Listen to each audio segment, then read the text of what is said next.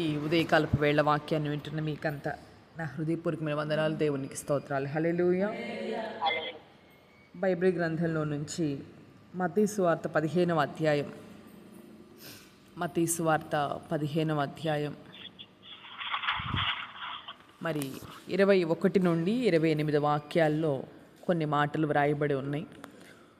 మనం చూసినట్లయితే యేసయ్య తూరు సీదోనుల ప్రాంతాల గుండా మరి వెళుతూ ప్రాముఖ్యంగా అక్కడ ఆయన మరి దేవుని మాటలు అందిస్తున్న వేళ ప్రాముఖ్యంగా ఒక తల్లి, ఒక కనాను స్త్రీ అక్కడికి రావడం, తన కుమార్తెకు దెయ్యం పట్టిందని ఆ బలహీనతలో నుంచి తన కుమార్తెను విడిపించుమని యేసయ్యని బ్రతిమలాడుకుంటూ ప్రభువుని బ్రతిమలాడుకుంటుంది.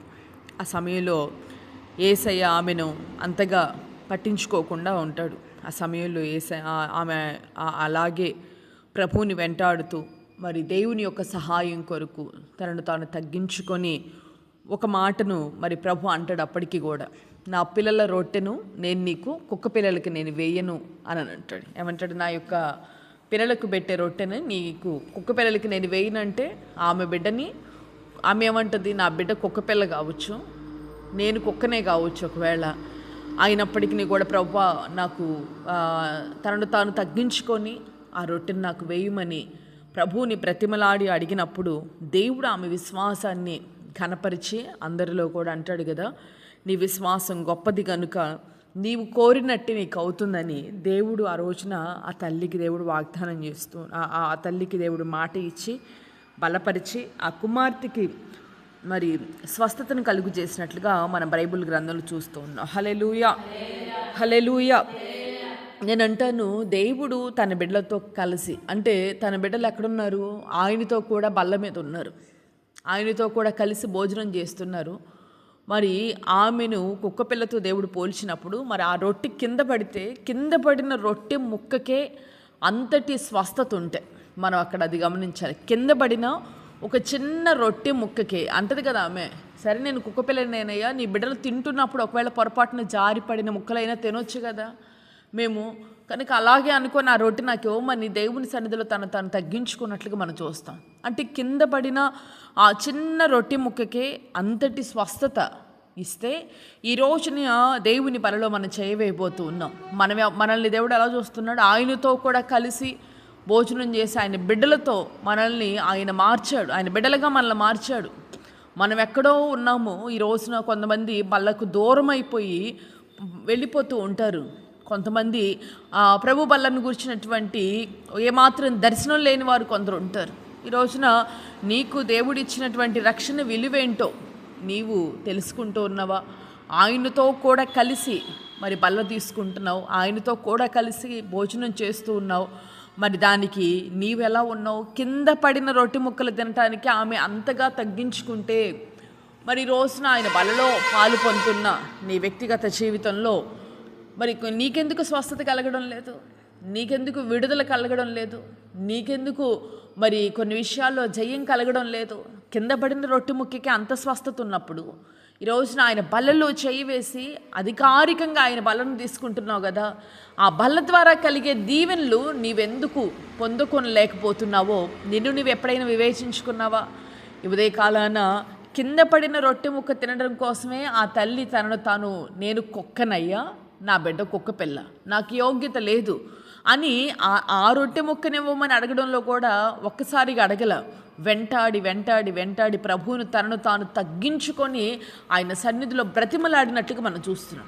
కానీ రోజున ప్రభు వల్లలో చేయి వేస్తున్న మనము ఎలా చేయి వేస్తున్నాము అనే విధానాన్ని మనం గమనిస్తే ఇదేదో నాన్ రొట్టెలా కొంతమంది ఏముందలే పాస్టర్ గారు కొని తెచ్చేదే కదా అన్నట్లుగా కాదు. కొంతమంది ఆ రీతిగా సిద్ధపాటు లేని అనుభవాలు. కొంతమందిని మనం చూస్తాం ప్రభు వల్లారాధనలో కూడా అనాలోచనగా రొట్టె వస్తే తింటాం, మళ్ళీ నిద్రపోవటం కాదు, అనాలోచనగా తినేవాళ్ళు కొందరు. ఎన్ని సంవత్సరాలు నువ్వు తిన్నా ఆయనతో కలిసి తింటున్నావు, సుఖమేముంది? కింద పడిన రొట్టె ముక్క తినే గొప్ప స్వస్థతను ఆ కుమార్తె పొందుకుంది. భయంకరమైనటువంటి దయ్యం బట్టి పీడిస్తున్నటువంటి ఆమె సంవత్సరాల తరబడినటువంటి బలహీనత తొలగిపోతే ఈ రోజున ఆయనతో కలిసి నువ్వు భోజనం చేస్తున్నావు, సుఖమేముంది? నీలో సిద్ధపాటు ఉందా? తగ్గింపు ఉందా? ఆ బల్లను గురించినటువంటి భయం నీలో ఉందా? లేదు గనుక ఈ రోజున ఎన్ని సంవత్సరాలు ఉన్నా కూడా నీ జీవితంలో, ఎందుకంటే కింద పడిన రొట్టె ముక్కని తినేవాళ్ళు కుక్క పిల్లలతో పోల్చాడు. తనతో కలిసి తిని తన బిడ్డలు ఎలాంటి వారంటే, ఒక తండ్రి ఒక కుమార్తెకి ఒక ఇంటిని రాసిస్తే, లేదా ఒక కుమారునికి ఇంటిని రాసిస్తే, ఆ తరువాత దినాల్లో తండ్రి ఒకవేళ ముసలివాడై చనిపోతే ఆ కుమారునికి అది రాసి ఇచ్చినందువల్ల ఆ కుమారుడు ఏం చేయగలుగుతాడు? ఆ ఇంటిని తన స్వాస్థ్యం, అది ఏదైనా అనుభవిస్తాడు, సంతోషంగా ఆ ఇంట్లో ప్రశాంతంగా తిరుగుతాడు, తనదది.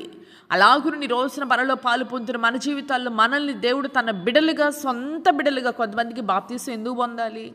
బల్లారాధనలో చెయ్యి వేస్తున్న వాళ్ళకు కూడా కొంతమందికి తెలియదు. దౌర్భాగ్యం ఏంటంటే పొందిన వాళ్ళకే తెలీదు, పొందిన వాళ్ళకి కూడా తెలియదు దాని విలువేందో.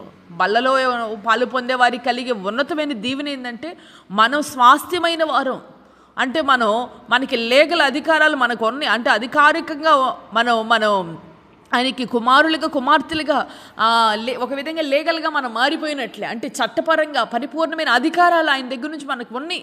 కానీ మనం అనుభవించలేని దౌర్భాగ్యులు మనం. కనుక ఈ రోజున నీ జీవితంలో స్వస్థత కలగబోవడానికి, నీ జీవితంలో విడుదల కలగబోవడానికి గల కారణం, అది కనాను స్త్రీ దేవుని సన్నిధిలో తనను తాను తగ్గించుకొని, అర్హత లేదయ్యా నాకు, కానీ కృపచేత నాకు ఇమ్మని బ్రతిమలాడి ఆమె దేవుని సన్నిధిలో ఎందుకంటే ఆ రొట్టె విలువేందో ఆమెకు తెలుసు, ఆ రొట్టె మొక్క విలువేందో ఆమెకు తెలుసు. చీపో కుక్క అన్నాడు ఒక మాటలో చెప్పాలంటే, అయినా కూడా ఆ రొట్టె మొక్క విలువ తెలుసు. ఈ రోజున బల్లారాధన విలువ కొంతమందికి ఏమాత్రం తెలియడం లేదు. కనుక ఉదయకాలం ఈ వాక్యం విన్న తర్వాత అయినా బుద్ధి జ్ఞానం కలిగి, భయము భక్తి కలిగి, సిద్ధపాటు కలిగి, అయా నీ రొట్టె ముక్కలో ఎంతటి శక్తి ఉందా, నీ రొట్టె దానిని నేను నీతో కలిసి భుజించే కృప నాకు ఇచ్చావు కదా అని పొందేవారు. అలాగే ఒకవేళ నువ్వు ఈ బల్లకు దూరంగా ఉంటే, ఈ బల్ల యొక్క విలువేంటో నీకు తెలుసుకొని ఆ బల్లారాధనను గురించినటువంటి భయభక్తులు కలిగి, సిద్ధపాటు లేదా, ఇంకా మారు మనసు లేదా, బాప్తీసం పొందలేదా, దేవుని యొక్క బల్లకు బహుదూరంగా ఉంటున్నావా, మారు మనసునందు ప్రభు సన్నిధిలో బాప్తీసం పొంది ప్రభు బిడ్డగా మార్చబడు, ఆయనతో కూడా కలిసి భుజించే ఆ అధికారాన్ని కృపచేత పొందుకో.